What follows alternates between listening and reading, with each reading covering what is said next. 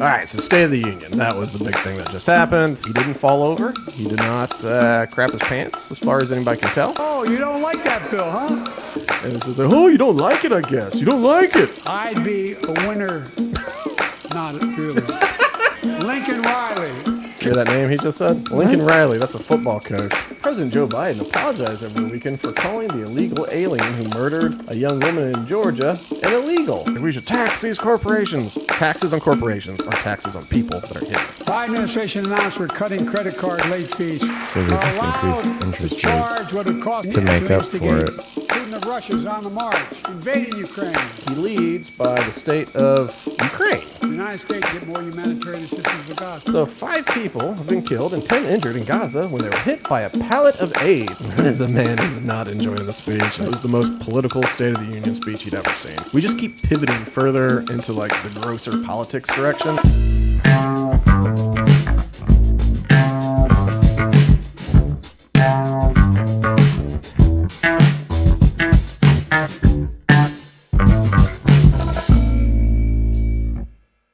Welcome to Loaded Talk. I am Frank, the third most popular candidate to ever be your congressman, and along with me, as always, is... What's up, planet Earth? I'm Bean. The Bean Meister.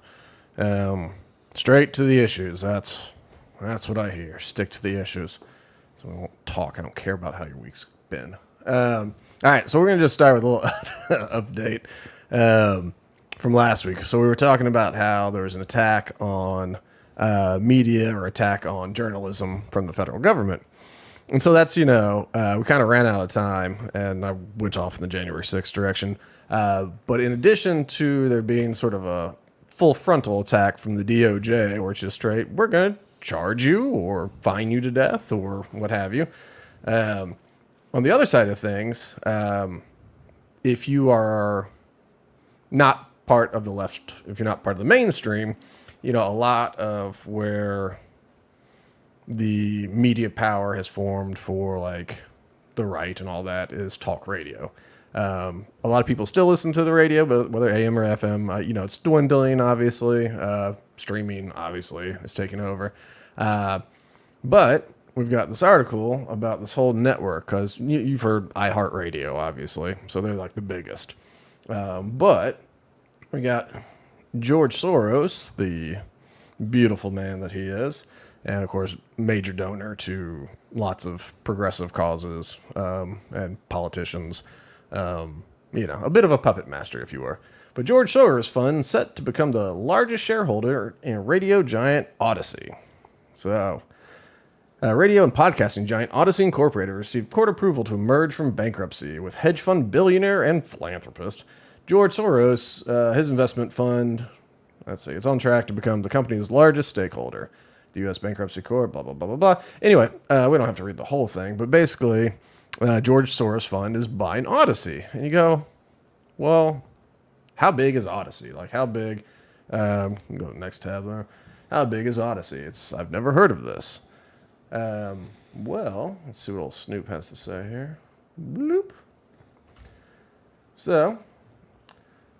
Odyssey, they have 230 plus broadcast brands, which has 90% coverage in the top 45 markets. So the top 45 radio markets of the United States of America, their radio stations have 90% coverage in those areas, right? So they're pretty big. 165 million monthly broadcast listeners. And then they tell you some brands. And like some of these, like 1010 Wins in New York, that's a huge one. That's like, I don't know, that's one of the big ones. KCBS in San Francisco. And it goes on and on. There's, I don't know, all of these. But I looked up Tampa. Actually, here, I'll do it right now. Let's just look at all these markets. Ooh, Memphis. What they got in Memphis? 99% off, bet. Okay, whatever. But let's see, Tampa, so we'll actually know something about it. I can't read. Oh, is it not on the drop down? Well, I found it somewhere else, but it's a bunch of the ones. It's I don't know. It's pretty much anything that's not iHeart. It's like 98 Rock. It's I don't know, a ton of them. So you sit there and you go, okay. So whereas on the actual government side of things, they're attacking journalists who, might not say the things that they want to say. We can get off this too. But then it's like, all right, one of the major allies, at least for the current administration and for like the Democrat Party and the progressive wing, one of the major allies and funders, of course, has been George Soros for forever. And now he's taken over radio communication with 90% coverage in the top 45 markets. So it's like, imagine if, well, let's just flip this around. Let's say Donald Trump. He's a billionaire, theoretically. Let's say he bought, whatever. He bought, let's just say this, Odyssey, right? So he bought it and said, oh, and the podcast, too. They've got good ones, like the Fly on the Wall with David Spade and Dana Carvey. That's an Odyssey deal. Like, they got some big podcasts. But anyway, let's say Trump bought Odyssey instead, right? And you have shows on there where they talk about how he's a fascist and, he needs to go and all this kind of stuff. I think Donald Trump's going to sit there and go, I like this show. Let's keep this on as much as possible. Or do you think suddenly he's going to be like, how do we get Sean Hannity on this thing? So, I mean, that's not unreasonable, right? So let's say you're the polar opposite end of the spectrum. Like, are you going to allow Sean Hannity to talk on your thing, or even some local guy that's maybe not that far right, but also not left? Let's a Russell Brand or a Joe Rogan. Not that they're on the radio, but one of these types where they're traditionally left wing, but they're anti-authoritarian and distrustful of what's happening in the government. No, you're not gonna let that. You're gonna switch it. Better shows that say the things we want, which just happens to be what the government machine wants too. So suddenly you'll have the actual DOJ shutting down dissenting voices, and sometimes agreeing. Well, I guess still dissenting. Embarrass Fox News, even if it is right wing. But so you have the DOJ shutting down actual dissenting voices, and then you have an extension of the federal government, or the progressive wing of the federal government, who believes in global government, basically dictating what the rest of us hear. So, So like controlling it on both fronts, you control the possibility of truthful information coming out, and then you control what's actually coming out. Yeah, like once it comes out, if you don't like it, it's hack. And then before that, filtered on the front end. It's the public-private partnership. And it's, we saw with the Twitter files and all that, a company can say what happens on their network, and it's not a violation of the First Amendment. That's their right. But we saw that actually the government was reaching out and saying, what about banning this? What about banning this? What about banning this? And so now they don't even have to. They've got the guy that writes the policy. Like, Soros is influential. Like his, like Media Matters is funded by him, but there's lots of think tanks and institutions that affect policy greatly in this nation.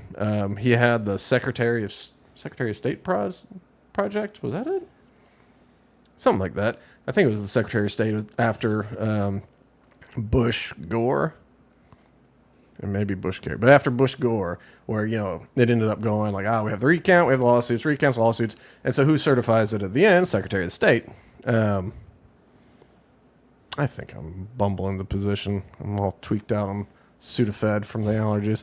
But anyway, that will come to me as I'm listening to this later, but that could be right. Anyway, so his whole thing was like, wow, that's a lot of power for this position that no one really thinks about. That's a statewide election that like no one puts any money behind. He's like, man, if I put just $1 million behind one of these candidates, it's cheaper than a governor and maybe more powerful. Maybe not more powerful, but when you need something done, this is like the person that does it. That's their job. And so, he's been funding stuff like that where he's like, okay, how do I control the most, get my belief system the furthest into the government? And so now, and they write the policy papers that for the politicians that they get into office through PACs and all that kind of stuff. And so now it's just like, all right, you don't even need marching orders. Like he kind of gives marching orders, but regardless of that, it's just he can set the narrative, and if you got the DOJ enforcing on the other end, like that sounds a little spooky to me, a little dangerous. But it's not like he ever teamed up with the Nazis to out Jews in the Holocaust. No. And has literally no guilt about it. That's the weirdest part. I just don't know. Like, I understand survival and saying, like, listen, I'm a kid and there's Nazis, and they go, hey, guess what? You don't have to go to a camp and get gassed to death. Just point out where some families are hiding. And you go, over there. Like, I get that. It would be a terrifying situation that I don't know how I would navigate as a child, you know. But you would think as a, whatever he is now, 3,000 years old, that when you reflect, you go, I understand why I did it. I don't, you know, not that you beat yourself up and have to sink into depression, but at least acknowledge that, like, I wish I hadn't have done it, or I wish I wasn't in that situation. I feel bad about it. It was the only way I survived and got here today. So I don't, you know, I don't have something just gnarly weighing on me, but, like, little guilt about all those families I sent to their death. I don't know. Just seems something. A normal human. Yeah.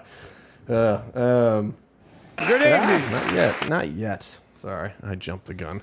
All right, so State of the Union. That was the big thing that just happened. Biden made it through the whole thing. He talked for like, I think, an hour and a half, and he didn't fall over. He did not crap his pants, as far as anybody can tell. He was aggressive.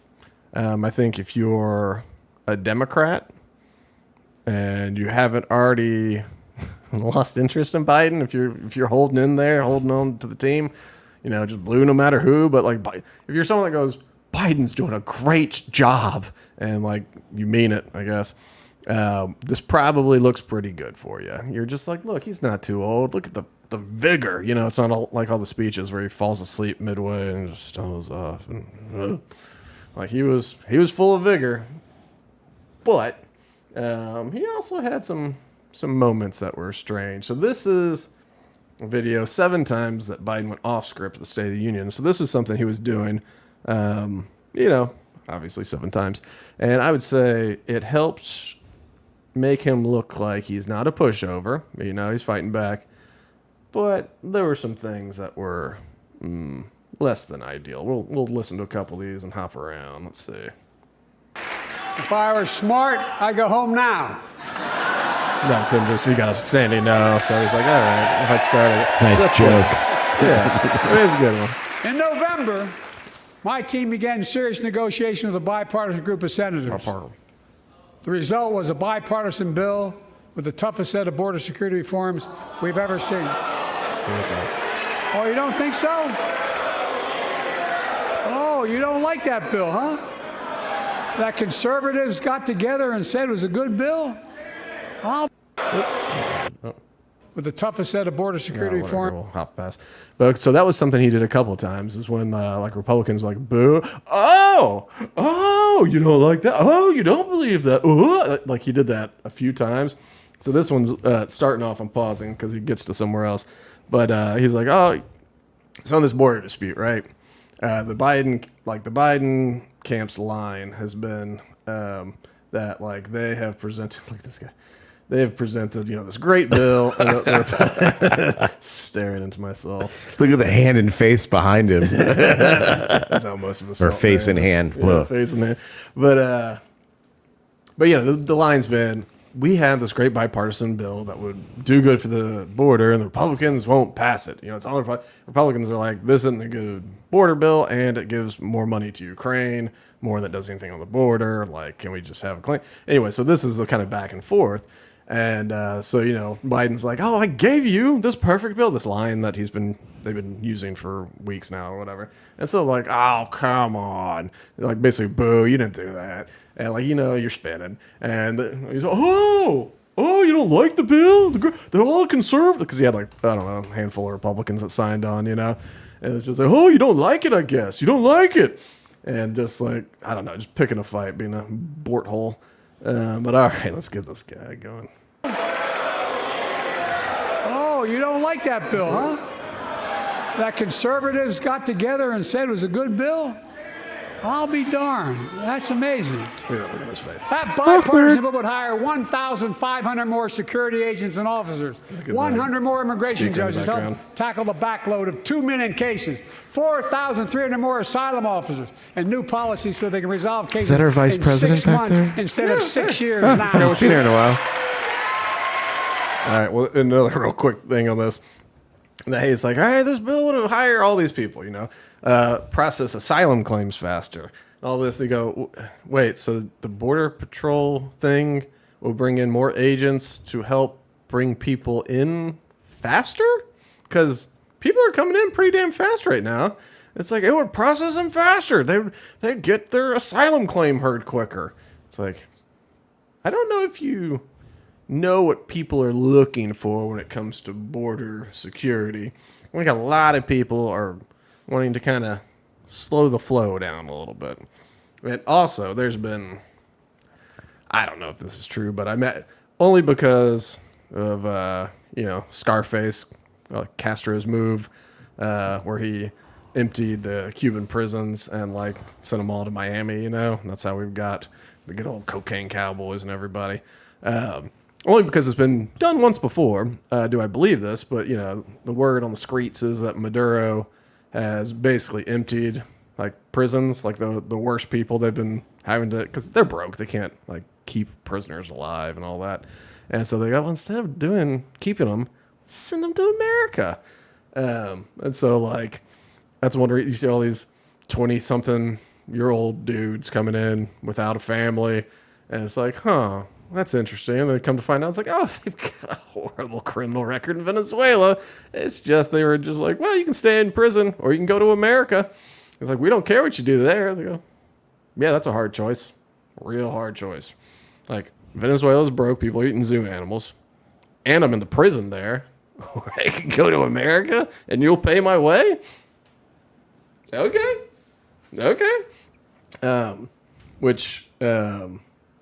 By the way, so there's a stat. Immigrants commit fewer crimes than citizens, per capita or whatever. But a big part of that is, on average, when people immigrate legally to the United States, unless they're the child of somebody, they tend to be, somewhere around 30-ish, maybe late 20s, but 30s or older. And they're looking for whatever. They want to live in America. Better life, better whatever. It's the people who commit the most crimes are dudes between the age of 16 and 26 or something like that. It's when we're the craziest. We got the most testosterone. We feel the most invincible. We think the least about consequences. Our brains aren't developed till 25 anyway. So our decision making is not at its peak. That's why. This why in the Army we want 18-year-olds to join.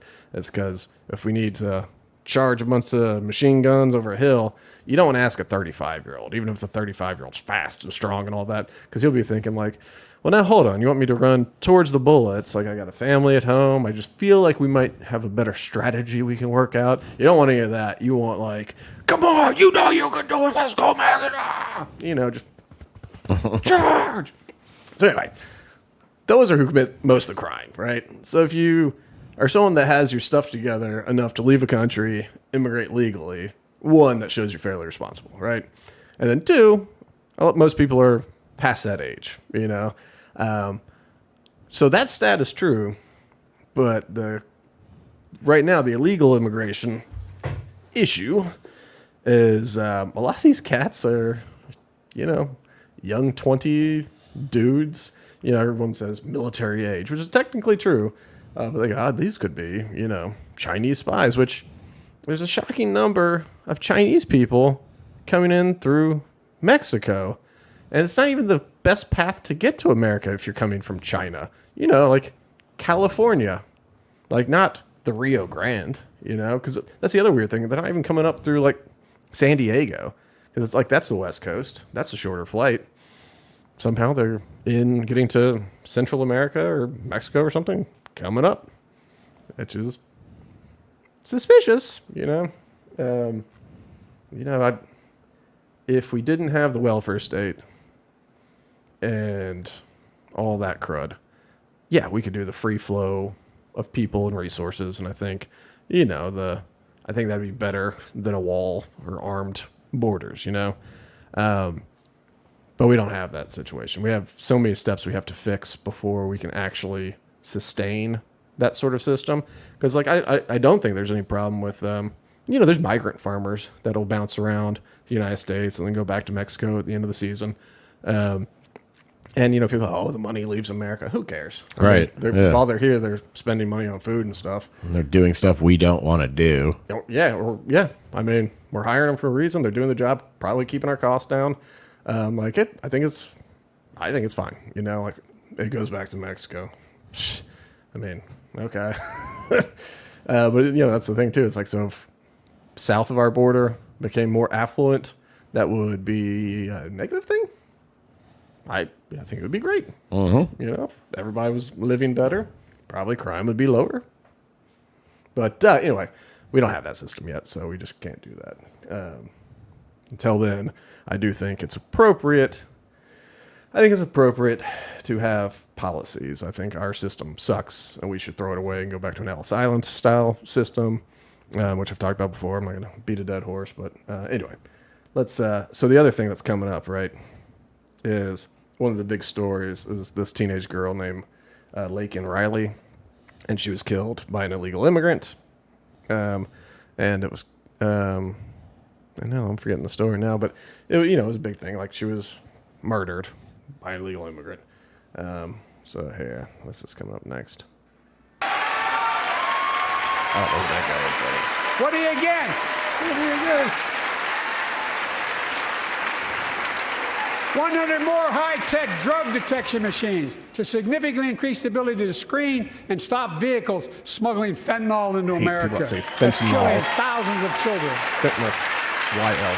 This bill would save lives and bring order to the border. It will also give me and any new president new emergency authority to temporarily shut down the border when the number of migrants at the border is overwhelming. The Border Patrol Union is... So, just on that one, real quick, I don't know if we'll make it through all this. First of all, it's always great when the president gets new emergency powers to shut down borders or whatever else, because, that's good. It's a good thing to get more just authority. I feel like our government officials really need more authority over our lives. But he goes, we power to shut down the border when it gets out of control. It's after, what is it, 5,000 people a day or something like that? The cushion it gives for how many people can come in before it triggers this is still an unreasonable number of people coming through. It's so 2 million people a year can come in and that's fine. But if it's 2,000,001, then we go, let's shut down the border here. Because it's the cartels the cartels, the people running this game, they're not stupid. And so it's a business. They know what the rules are. Right now the rules are get in, say asylum, you're good. That's it. And so they do that. And if the rule becomes only 5,000 people can get in per day, or whatever the math was on that, they will do that. They will go, okay, there might be a little bit of rivalry if you have two factions trying to smuggle. Probably a little violence. One will win. And then it's just all right, they'll just hold people in some holding station south of the border for an extra day or week or month or whatever, and just push it through by day. It'll be 4,999 or whatever every day. It's just a stupid policy that's Well, it only applies to legitimate access points, right? It doesn't apply to holes in the fence. The number of people right? we count. Right. Number of people we count. So what's the point? Yeah, well, exactly. Because you're right. Just go around that other way. If no one sees you, it doesn't count. Right. And so probably get better tunnels. No one's going... Yeah. Saw another. So, yeah, this is just people that they stop and talk to and process. So, good point. Endorse this bill. The Federal Chamber of Commerce is... Yeah. You're saying low. Look at the facts. I know... I know you know how to read. Wow. He's a unity guy. Watching Mike Johnson in the back of I believe that given the opportunity for a majority in the House and Senate would endorse the bill as well, a majority right now. But unfortunately, politics has derailed this bill so far. I'm told my predecessor called members of Congress in the Senate to demand they block the bill. Predecessor. You won't say Trump. He feels political win. He viewed it as a political win for me and a political loser for him. It's not about him. It's not about me. I'd be a winner. Not really. What? What? I'd be a winner. Not really. I just want to soak that one in real quick. I be a winner, not really. I love seeing him reboot live. Yeah. Oh. All right, Control Delete.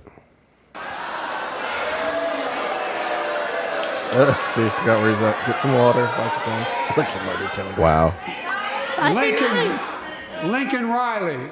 An innocent young woman who was killed. Hear that name he just said? Did he say Lincoln? Lincoln Riley. That's a football coach. I think for Oklahoma.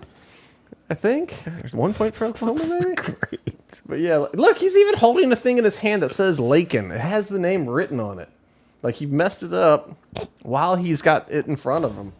And so it's like he's off script. And he's like, well, I guess he might be back on since he got a prop.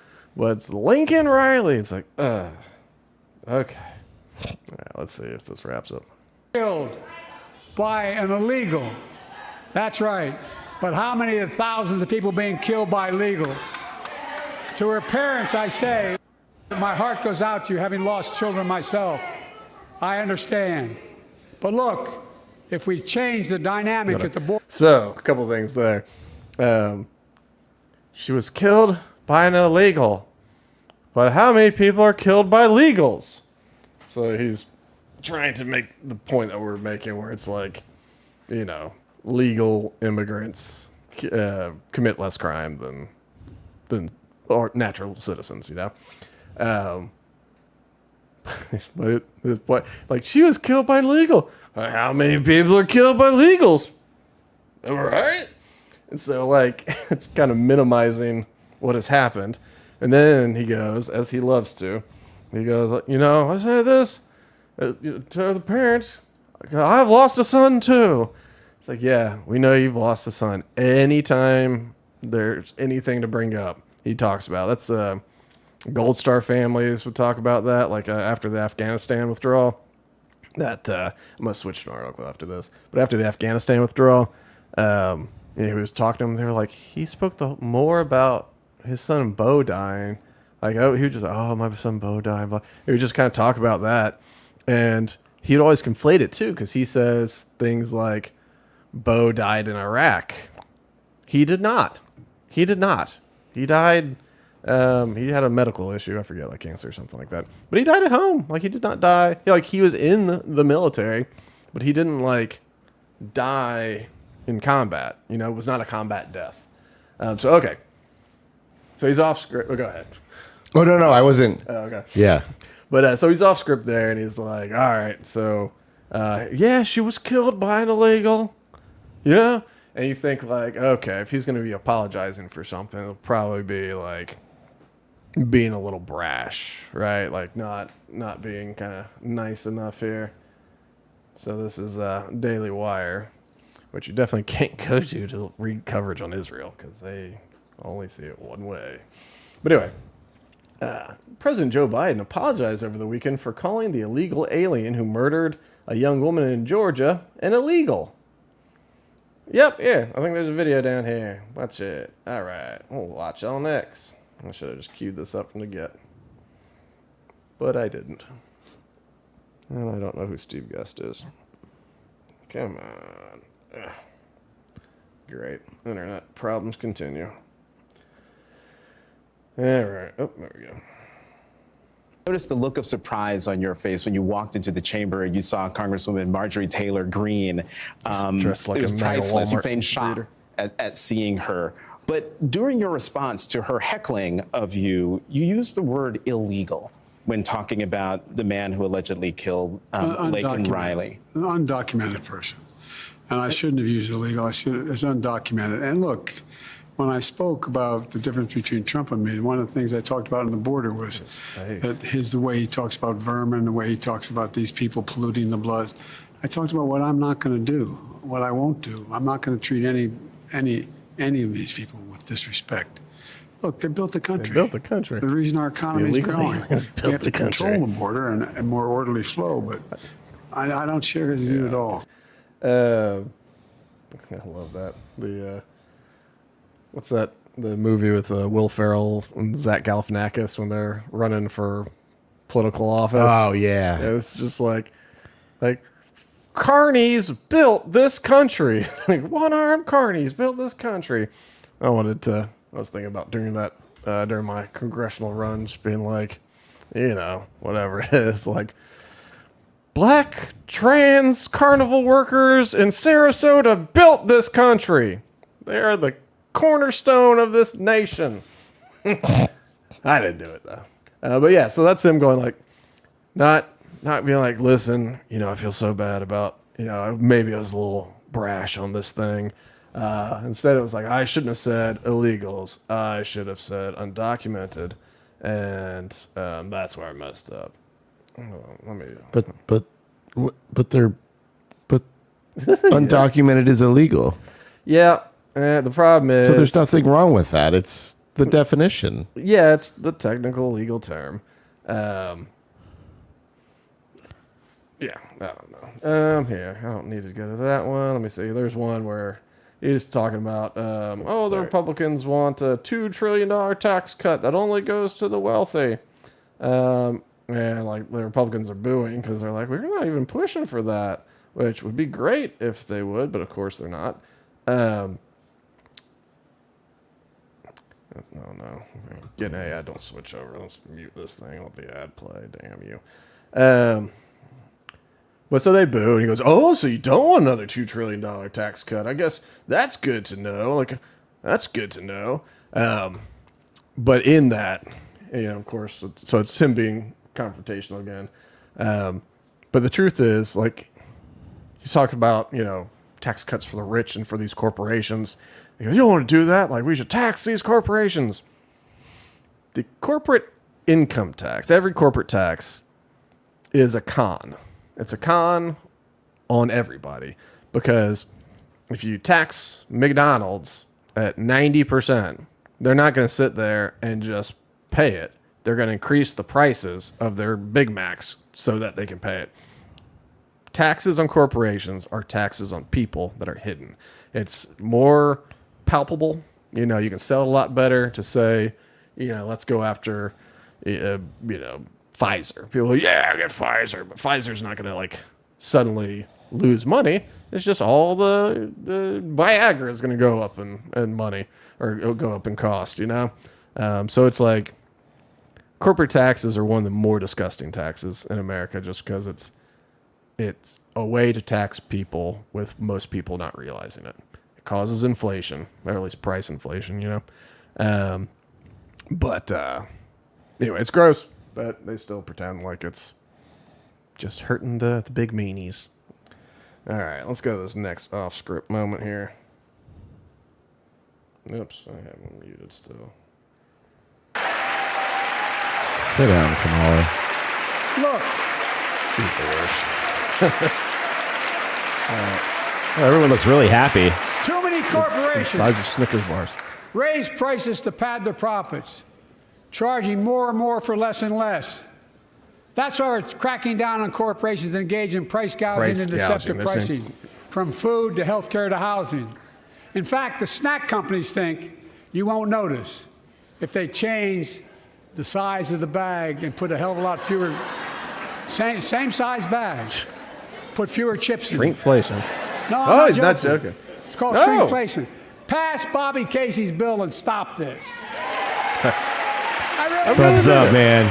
I really mean it. Stop shrinkflation through a bill that sets prices? Like, I don't even know what this bill is. You probably all saw that commercial on Snickers bars. You get charged the same amount, and you got about, I don't know, 10% fewer Snickers in it. Not joking. Not joking. Look, I'm also getting rid of junk fees. Oh, God. Those hidden This fees. is one of the things that he found important for the State of the Union bill address. that are there without your knowledge. My administration announced we're cutting credit card late fees from $32 to $8. He's cutting the fees that lending institutions charge for not paying. Banks and credit card companies So they are just allowed increase to interest charge rates what it costs them to make up for instigate it. the Yes, sir. collection. And that's more a hell of a lot like $8 and 30 some dollars. Okay, well, on a late fee. They don't like it. Credit card companies don't like it. But I'm saving American families $20 billion a year with all the junk fees I'm eliminating. He talks about, In fact, my policies other of attract junk fees are things like buying tickets. I think he even mentioned that specifically. You know, like when you go on like Ticketmaster, and then for checkout, it's like Ticketmaster fees, other stupid fee, you know? And so sometimes it's $20 on top of what the price you see. And then like StubHub's big thing is like, hey, no, this is a final price. And, you know, they advertise it as a special feature, you know, like, look how transparent we are, which is how things work. People like the transparency. And so when companies do that, people tend to prefer that. And Ticketmaster, of course, has a essentially monopoly, which I'm glad for, like Reggae Rise Up and the last few things I've gone to. Tixer? Tixer, yeah. Like, I've never heard of it until this year, and like the last like 3 things I've gone to was through Tixer. I'll admit the process isn't as quite as smooth, but I like not having Ticketmaster involved, you know? But Tixer does have fees. I mean, they're not without the fees. But this is a State of the Union address. This is kind of a review of what's happened over the last year and a vision for the next year, right? Like, that's the State of the Union. You go, here's what's been happening, and here's where we're going from here. You know, normally inspiration.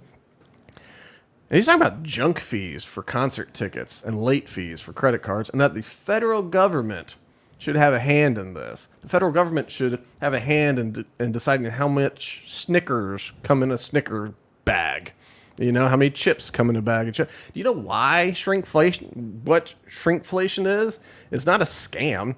It's when inflation occurs and costs are going up, you as a company, and you look and you go, well, our 99 cents bag of Lay's, which I guess hasn't been in a while, with this 99-cent bag of Lay's, do we charge $1.49 now? I don't know. People get real pissed off about a 50% increase, 50% increase. Like, what if we just shrink the bag by 20% and increase the price by 15 cents? You know, something like that. And it's like, oh yeah, $1.15 wouldn't be bad, and then it'll just be a smaller bag, and the costs all work out. Like, it's a way to battle inflation, which is caused by the federal government and the Federal Reserve spending too much money and borrowing too much money and printing too much money. Like, all these people on the screen and all the people clapping in the crowd, like, y'all caused the inflation. These companies that make food, junk food, but everything, they're trying to figure out how to navigate this untenable situation created by the government and by the Federal Reserve. And this is one way where they feel they can get the highest customer satisfaction while also covering their costs. You know, the utils of satisfaction. If they raised it without the shrinkflation, and people are mad, I don't like it. Like, I'm mad about this. It's like, well, suck it up, Buttercup. That's the price now. Don't buy it or buy it. And you go, all right. You know, and some people, I'm not buying it. You know, people, when cigarettes hit this amount, I'm never smoking again. They do. Cigarettes are like $10 a pack.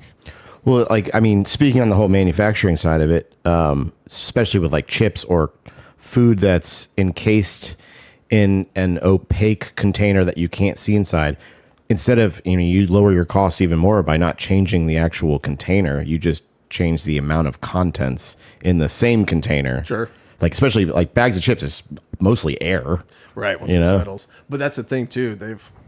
You can adjust it just slightly, so Right. it's barely Micro adjustment. Yeah. So, you know, but it's just calling it gouging. When there's inflation and prices go up, that's not gouging. Like, stop the horrible fiscal policies that have caused inflation year after year. And they go, hey, inflation's down to 3% after being at 9%. It's like, cool. So it went up 9% and it went up another 3%. And, you know, it's like, that's not good.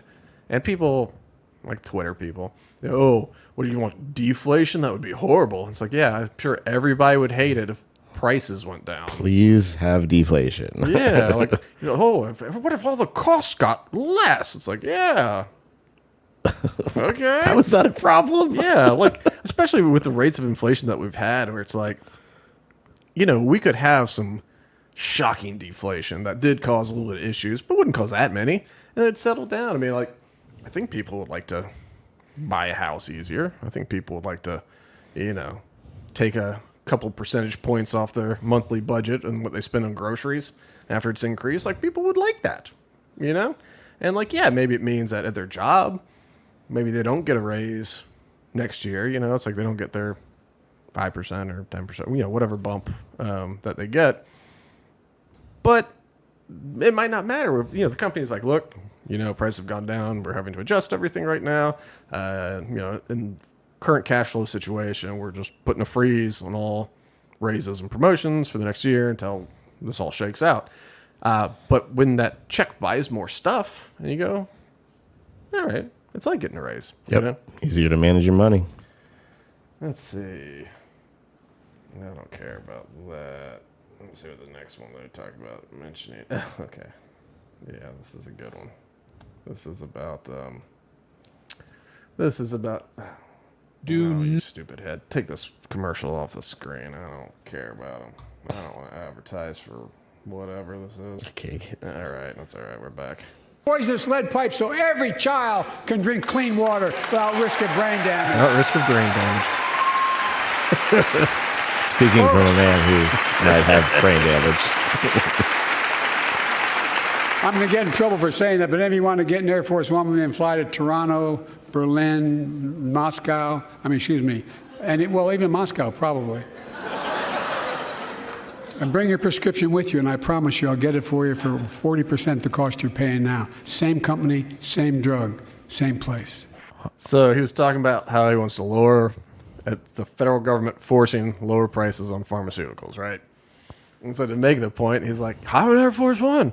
Look at Toronto or Moscow? And he's like, oh, not Moscow. He's like, oh, yeah, maybe Moscow too. He's basically like, oh, yeah, we can fly to all these places and get the drugs cheaper. And it's like, yeah, but part of that is like everyone's paying for it in their taxes, you know? Like it's socialized medicine. So like, yeah, it's cheaper in that exchange in that moment, but it's because everybody in the nation that they don't use the medicine, they've been paying for it, you know, whether they like to or not, whether they'll ever need it, you know, like at what point does a 20-year-old girl need blood pressure medicine and Viagra, you know, like at no point will she need Viagra and maybe not even blood pressure medicine, because I don't know why it mainly affects us fellows, but it does. But yeah, they pay for it the whole life in taxes. And like, the other thing is he's going to lower pharmaceutical costs. We have a deal, and part of this was Trump. I mean, a big part of this was Trump, but it kept going, is the protections that we gave to Moderna and Pfizer, and the fact that this vaccine, the COVID vaccine, that it was like, okay, we're going to try and force as many people to buy or to get this as possible. You know, like we're just forcing it. We're just shelling out the money. And it's just, we had a deal on the government level where it's like, you can't be sued. We guarantee purchases. We're going to send a lot of money your way and make you wildly rich. And so, you know, after Trump was gone, who, you know, struck that deal basically, you know, Biden comes in and it's like, okay, well, the military has to get it. Okay, you know, if you're the hospital workers, they have to get it. Or first responders, you know, they kept like setting these different things where it's like, if you're in this field, you have to get it. If you're in this field, you have to get it, you know? And the healthcare workers, they did it by saying, if you accept Medicare payments. And that's, like, you don't have to get it, but then you don't get paid the 60% of your revenue, you know? So anyway, all that seemed to make a lot of money for the pharmaceutical companies at a high price that, they didn't even have to haggle on because they had the magic keys. They had the magic keys to the kingdom. Let's see. Okay, I don't care. Yeah, he made a joke about being old to Lindsey Graham. It was funny because he is old. All right, let's see. Yeah. So, this is from The Guardian, obviously. So, key moments. I'm thinking, I got to remember, but let's see if it starts off with what it should. Here, let's see. Mr. Speaker, Madam Vice President, members of Congress, my Tear down fellow this wall. Americans. In January Oh, 1941, yeah, here it is. This is the very Franklin beginning. Roosevelt This is the came very to this beginning. chamber to speak to the nation, and he said, "I address you at a moment unprecedented in the history of the Union. Hitler was on the march. Oh, Hitler. War was raging in Europe. President Roosevelt's purpose was to wake up Congress and alert the American people that this was no ordinary time. Freedom and democracy were under assault in the world. Tonight, I come to this same chamber to address the nation. Now, it's we who face an unprecedented moment at the very same time. Overseas, Putin of Russia is on the march, invading Ukraine and sowing chaos throughout Europe and beyond. If anybody in this room thinks Putin will stop at Ukraine, I assure you he will not." Yeah, I don't have any information on that. But so this is State of the Union being the United States. Here, you can pull it off later right now. And it's like he leads by the state of Ukraine. Like he did his joke. I should stop while I'm ahead, because he had the standing ovation. But in this, it's like, the thing to lead the State of the Union address is Ukraine and supporting Ukraine's military action with Russia. The number one thing, like any of these things, people are going to tune out after a while because they're boring and horrible. But it was what he led with. As if that's the biggest problem. I mean, I'd say the amount of money we send over there is a pretty big problem. But he led with that. Like, it's insane. Where do you see Ukraine as far as our priorities go? Shuckles? Not on the top 10, that's for sure. And and it's just, and forward looking, State of the Union, part of it's forward looking. And it just means we're not done. We want to send more money. We have to. And this guarantee that Putin won't stop after Ukraine. It's like, well, says who? Says who? It's bad to invade another country. Okay. That's a bad thing. It'd been better if Ukraine could have defended themselves on their own. I think it's silly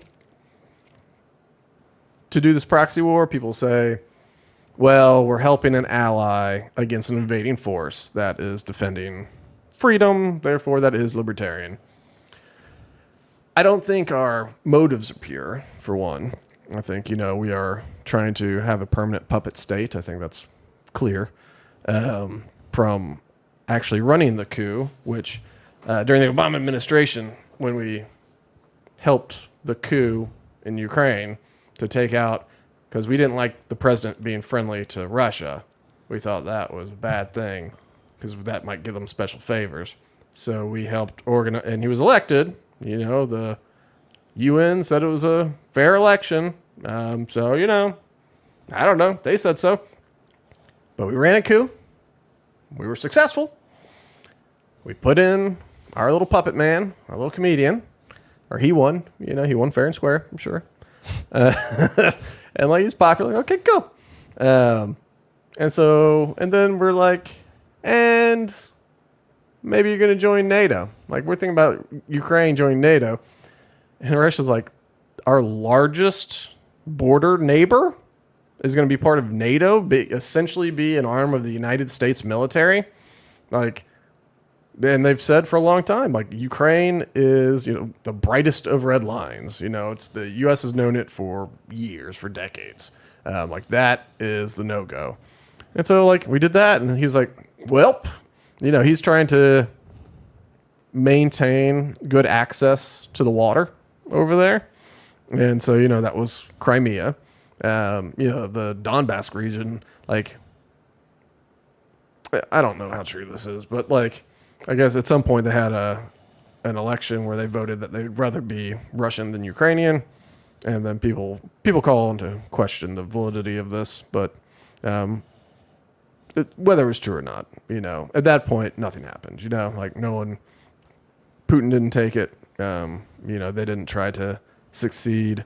It just kind of fizzled by, but you had theoretically got this part, that's ethnically Russian, where he said he was stepping in with peacekeepers to stop a war against those people, which once again, you can say BS, but how many times has the U.S. or the UN sent peacekeepers into a different country?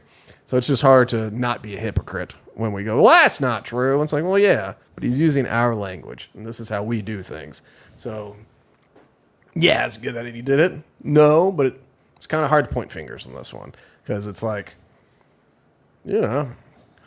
Iraq, Afghanistan, like Yemen, Syria, like we've invaded a few countries, and not all of them we had a very good logic for.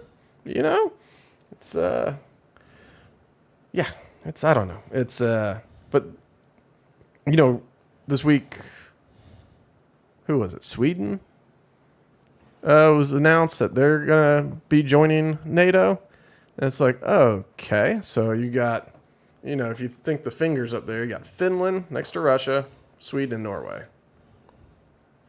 Right. And so now Finland, which shares a border with Russia, and they've been talking about, we're afraid we're going to be next. It's like, well, now Sweden's part of NATO, right? And so now you got this other border country that's just like one removed from NATO. And like suddenly you make it that it would make sense to try to secure Finland from becoming a NATO country, because if NATO is pushing east towards you to set up military installations that are by definition anti-Russian, I mean, that's why NATO exists, and so it's like, holy cow, they're closing in on me. You either sit back and wait or you push forward. But like, Finland, I don't think Finland had anything to worry about because like they didn't, that little bay right there, like you got St. Petersburg over here, and you got like they had good access to the water. Like there's no, maybe some resources, I don't know, but there's no real reason, and like they haven't invaded them in however many years. But now, with this further NATO expansion eastward, now suddenly there might be a motivation, so we're saying he'll definitely do this, and then we're taking action that might force his hand to do it, So, of course, that's not all the military involvement here. I think this only touches on it slightly, so it's not going to be everything, but I think I lost it. Here we go. Man. Bloop. Without food, water, medicine. It's heartbreaking. Gaza. The United States has been leading international efforts to get more humanitarian assistance to Gaza. Tonight, I'm directing the U.S. military to lead an emergency mission to establish a temporary pier in the Mediterranean on the coast of Gaza that can receive temporary pier? Yeah. Food, water, medicine, and So temporary shelter. No U.S. boots will be on the ground. No, they'll be on the water. Temporary. Right. Well, because with Gaza, they have access to the water so they can fish, but Israel only allows them to go so far from shore. They're not allowed to get too far from shore because then they're a potential threat and it's harder to monitor and all that kind of stuff.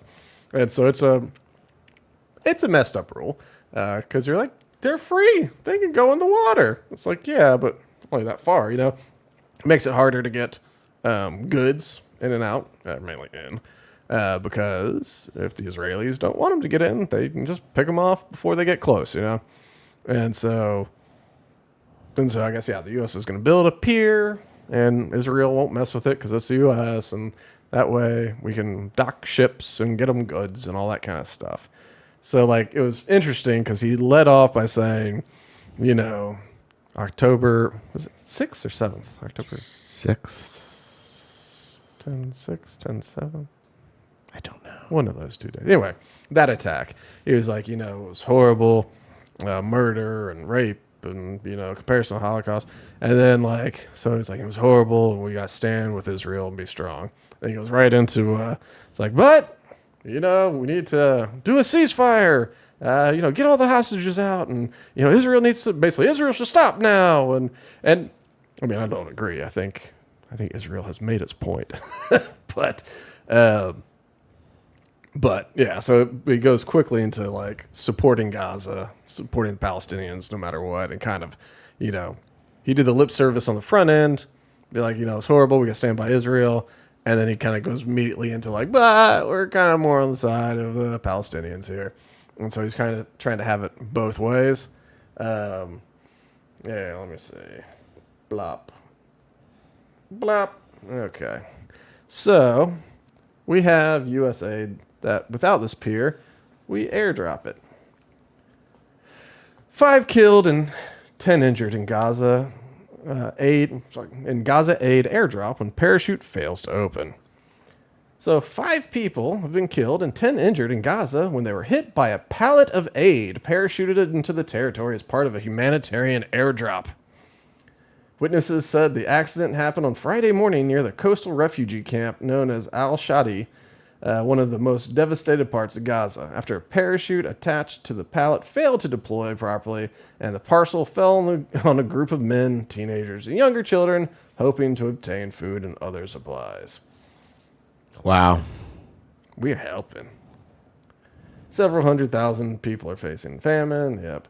Casualties. All right, well, that's basically that. It was in true U.S. fashion.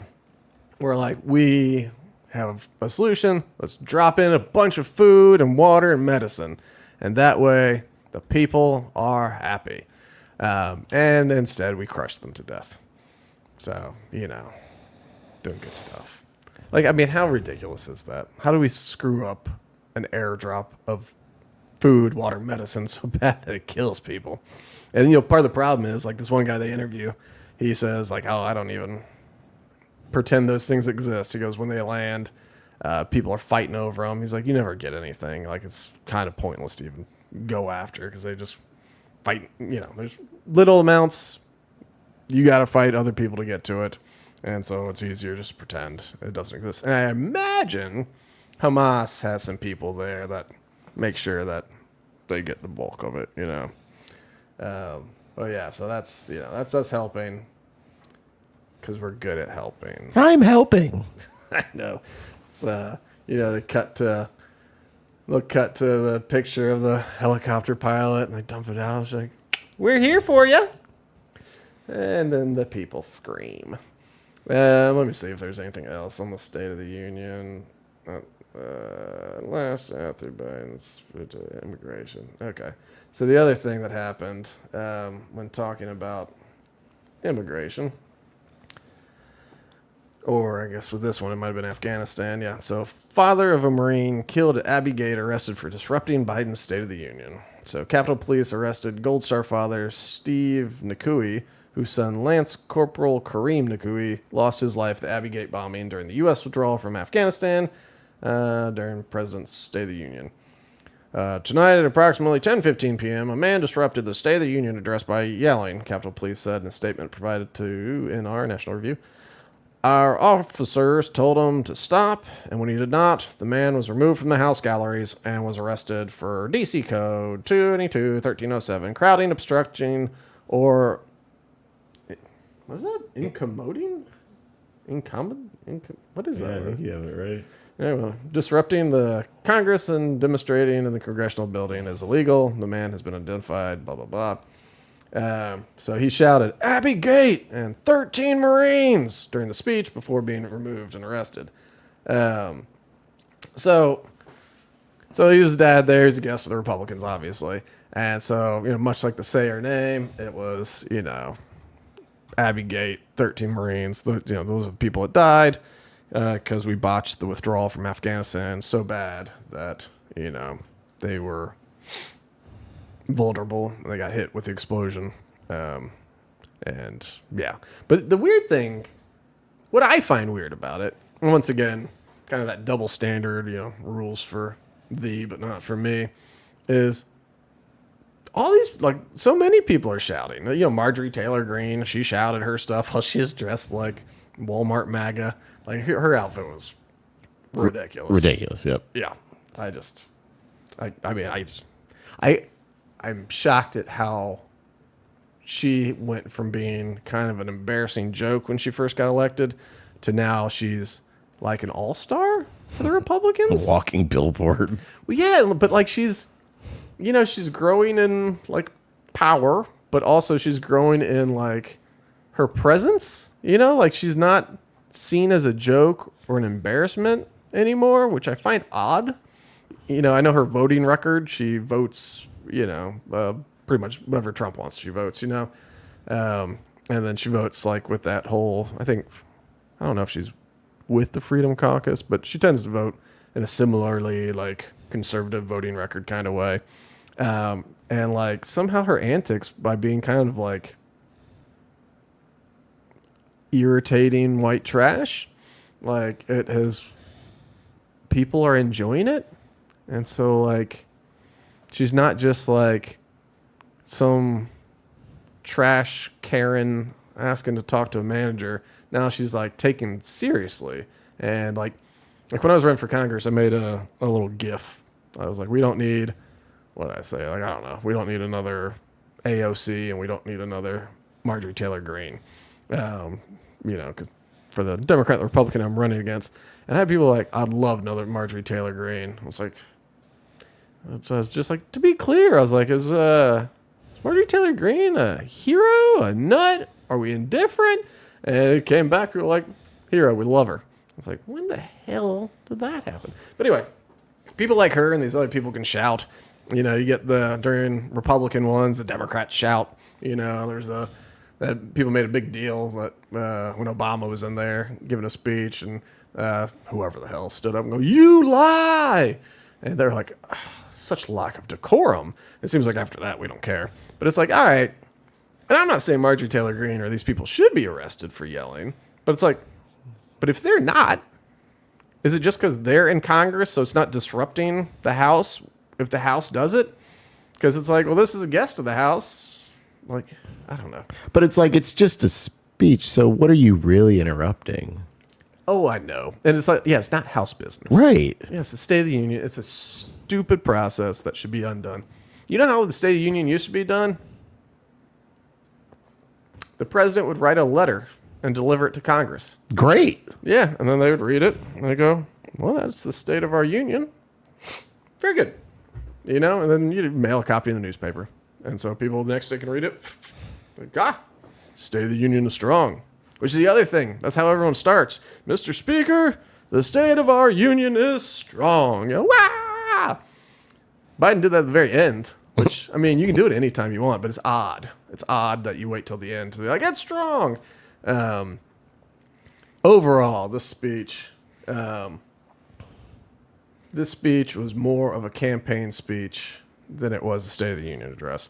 He never addressed Trump by name. He always said my predecessor, but he talked about his predecessor a lot and what he did, or what he did, and said, like, because, he said something, I'm trying to remember exactly, whether it's like the deficit being reduced, or at some point he said that he handled all these different, getting the economy under control in fiscally responsible ways, and like people like busted out laughing because it's like, how in the hell have you done any, like, you've spent so much money, like the only leg they have to stand on is when comparing themselves to the COVID year, which was way too much spending. That was Trump, don't get me wrong, but that was a record-breaking year during a global pandemic where no one knew what they were doing.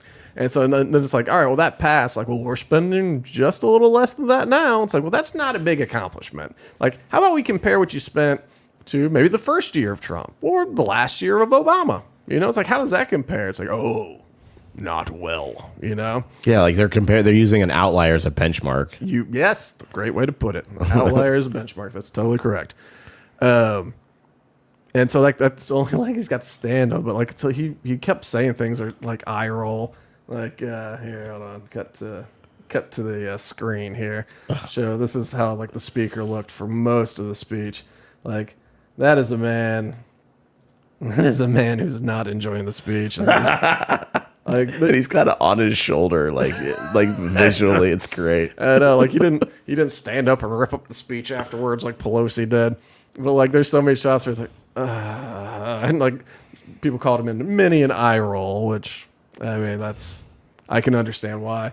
That's the thing, because he'd tell known fibs, including the way his son died, and but the whole thing was campaign speech. Even what's his name?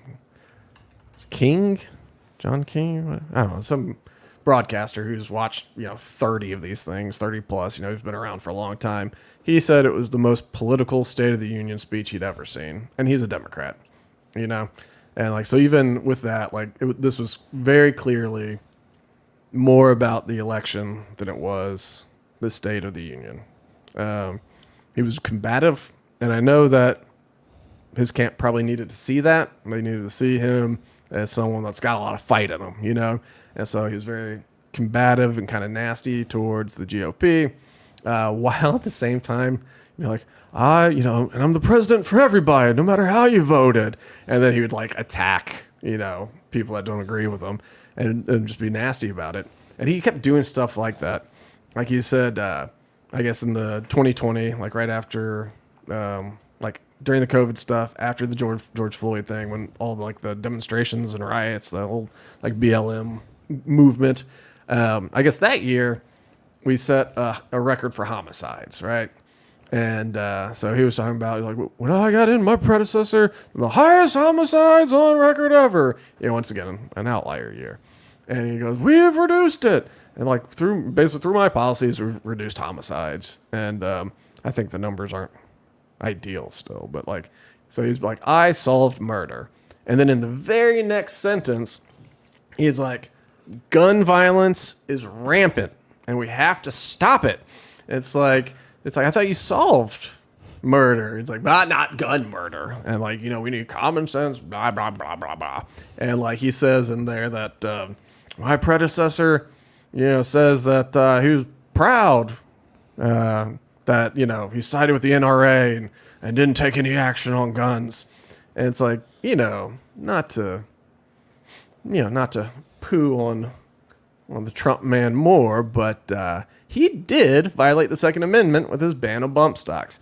He did, he did his common sense gun reform, but he had more gun restrictions than Obama did. So Trump was not someone that stood, I'm going to stand, hold this line. Like he violated the Second Amendment, and the NRA supporting it was also very questionable. The NRA is not the organization that people think it is.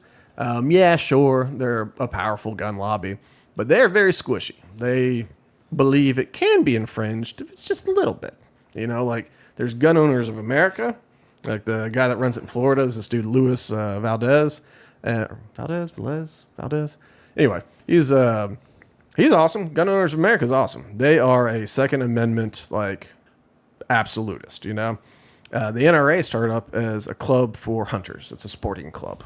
And that's really what it was about, was sporting. It wasn't about self-defense. It wasn't about constitutional rights. It was a sporting club. You like to shoot clays, shoot doves, shoot whatever. It's that kind of group. And they've just gotten huge and powerful, and they are very gross these days. So just to poo on them a little bit. But I guess overall, this State of the Union was something else.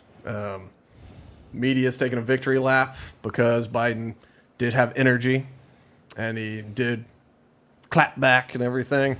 So it's like, look at this guy. Like, look at his energy levels. And I'm surprised at how long he went. But that dude slept most of the day and then got loaded up with some Adderall or something. Or got in a hunter's stash. I don't know if you can handle hunter stuff. And another, just one last thing before we wrap is another interesting part about this.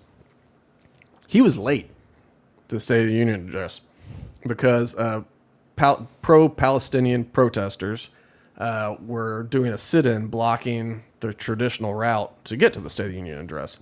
So he was 10 minutes late. And so you go, okay, well, that happens. But because I guess it's weird, like right now, no one can be pro-Palestinian enough unless you're like calling for the end of Israel. Like AOC got attacked the other day. They're like, how come you won't call it a genocide? You used to call it a genocide. She's like leaving the movies with her fella. And then she's like, I did. It's like y'all are just going to clip this and take it out of context. And that's what you can do when I've already said it.